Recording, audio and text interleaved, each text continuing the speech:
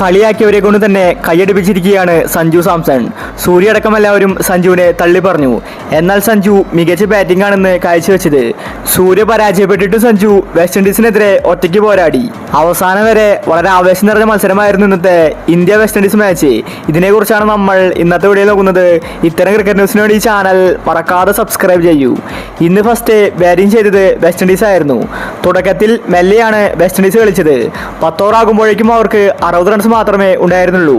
പിന്നീട് west Indies അടിച്ചു കളിച്ചു. ഷിംറോൺ ഹെയ്മർ അടക്കം മികച്ച താരങ്ങളെ ഇന്ത്യ പെട്ടെന്ന് പുറത്താക്കി. അതുകൊണ്ട് വെസ്റ്റ് ഇൻഡീസ് ഇന്ന് 200 റൺസിൽ ഒതുങ്ങി.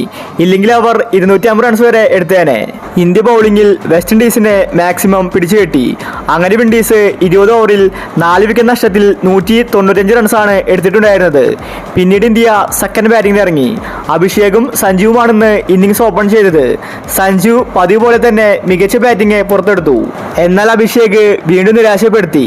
അഭിഷേക് 10 റൺസ് എടുത്ത് ഔട്ടായി മടങ്ങി. ഈ വേൾഡ് കപ്പിൽ ഒരു മാച്ചിൽ മാത്രമേ അഭിഷേക് ഫോം ആയിട്ടുള്ളൂ. പിന്നീട് വന്നത് ഇഷാനായിരുന്നു. ഇഷാൻ വന്നതും പോയതും വേഗത്തിലായിരുന്നു. ആകെ കൂടി 10 റൺസ് എടുത്ത് ഇഷാനും മടങ്ങി. വരുന്നു, 6 അടിക്കുന്നു, ഔട്ടാവുന്നു. അതുപോലെയായിരുന്നു എല്ലാ താരങ്ങളും പോയിട്ടുണ്ടായിരുന്നത്. പിന്നീട് സൂര്യ കുറച്ചു നേരം പിടിച്ചു നിന്നു. സൂര്യയ്ക്കും കളിക്കാൻ സാധിക്കുന്നുണ്ടായിരുന്നില്ല. 18 റൺസ് എടുത്ത് സൂര്യയും ഔട്ടായി മടങ്ങി. ആരൗട്ടായാലും ഒരു ഭാഗത്ത് സഞ്ജു മികച്ച ബാറ്റിംഗ് കാഴ്ചവെച്ചു. ഇന്ത്യയുടെ നട്ടലായിട്ട് സഞ്ജു ക്രീസിലുണ്ടായിരുന്നു. സഞ്ജു ഉള്ളതായിരുന്നു ഇന്ത്യയുടെ ബലം. പിന്നീട് തിലക് ഓർമ്മയെത്തി. തിലക് ആദ്യം ഒന്ന് ആക്രമണ ബാറ്റിംഗ് കാഴ്ചവെച്ചു. എന്നാൽ തിലകിനും പിടിച്ചു നിൽക്കാൻ സാധിച്ചില്ല. വെസ്റ്റ് ഇൻഡീസ് മികച്ച ബൗളിംഗ് ആണ് കാഴ്ചവെച്ചിട്ടുണ്ടായിരുന്നത്. പിന്നീട് ഹാർദിക് പാണ്ഡ്യയാണ് കളത്തിലെത്തിയത്.